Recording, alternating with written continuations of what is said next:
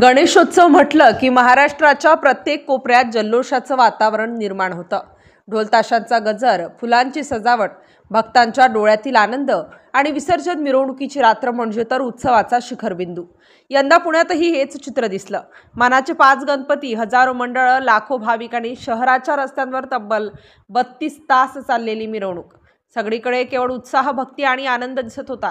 पण या उत्साहाच्या गर्दीतच अशी एक घटना घडली ज्यानं पोलीस यंत्रणेला हादरवून टाकलं आणि लोकांच्या मनात मोठं प्रश्नचिन्ह निर्माण केलं।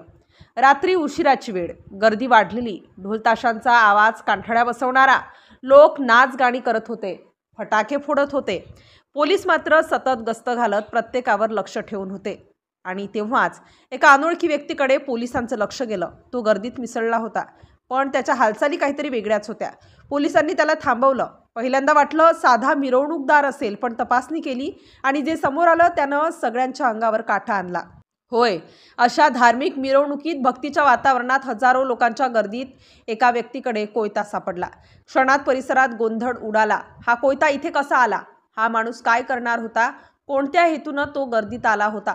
लोकांमध्ये अफवा पसरायला वेळ लागला नाही। हल्ला करायचा होता का? एखादं मोठं षडयंत्र होतं का?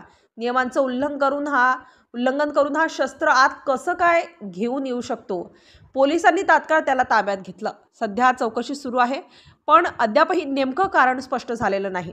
मित्रांनो, गणेशोत्सव हा आपल्या एकतेचा, संस्कृतीचा आणि श्रद्धेचा उत्सव आहे। पण अशा एका घटनेमुळे सुरक्षेवर प्रश्नचिन्ह निर्माण झालं आहे। पोलिसांचं आव्हान आहे, नियम पाळा, सावधानता बाळगा। एका व्यक्तीच्या चुकीनं संपूर्ण शहर धोक्यात येऊ शकतं।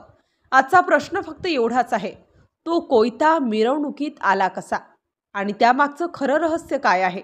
याचं उत्तर अजूनही पोलिसांच्या तपासात दडलं आहे।